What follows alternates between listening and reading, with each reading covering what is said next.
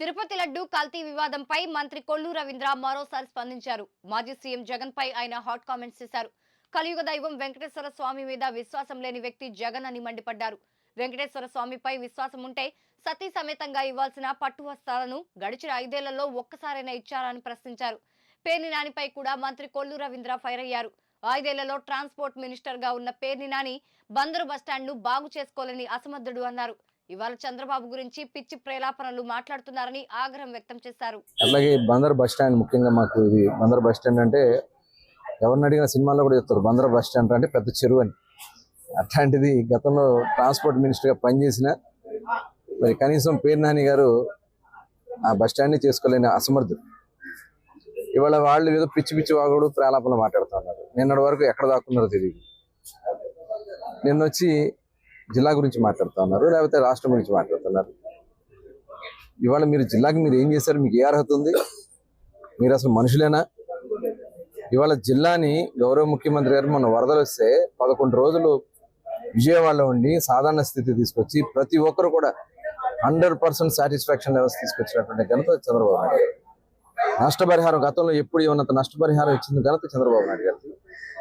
మీ టైంలో అన్ని రకాలుగా నష్టపోయి మీరు తవ్వని కాలువల వల్ల నష్టపోయారు, మీరు కొట్టినటువంటి బుడమేరు గట్ల వల్ల నష్టపోయారు. ఈ వరదల కారకులు మీరే. ఇంకా సిగ్గు లేకుండా మీరు వచ్చి జిల్లా గురించి మాట్లాడతారా? ఒళ్ళు దగ్గర పెట్టుకోండి. మేము కంట్రోల్ చేయగలం, కానీ అద్దు మీరితే ఇక ప్రజలు ఏం చేస్తారు? మొన్న పేర్ని నాని గారు వెళ్తే మేమేం చేయలేకపోయారు.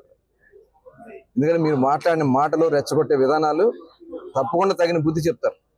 ఒళ్ళు దగ్గర పెట్టుకుని పనిచేయాలని చెప్తానా.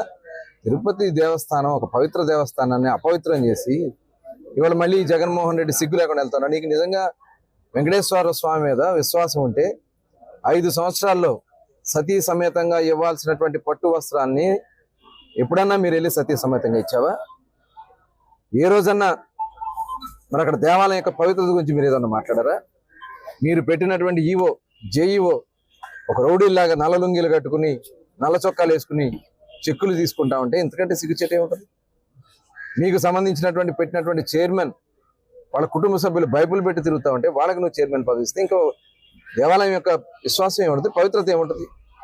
వాళ్ళు మనోభావాలతో ఆడుకున్నారు 5 సంవత్సరాలు మీరు. ఇప్పుడు తిరుపతి లడ్డుని కల్తీ చేసి దాంట్లో పశువులు జంతువుల యొక్క కొవ్వును కూడా కలిపి కల్తీ చేసి ఇచ్చినటువంటి నెయ్యితో అపవిత్రం చేసింది మీరు. నీకు సిగ్గు లేకుండా నువ్వు వెళ్తే తప్పకుండా పైన ఉన్న వెంకన్న స్వామి చూస్తారు. తప్పకుండా మీరు చేసే ఈ ఘోరాతి ఘోరాల్ని తప్పకుండా బుద్ధి చెప్తారని కూడా తెలియజేస్తారు.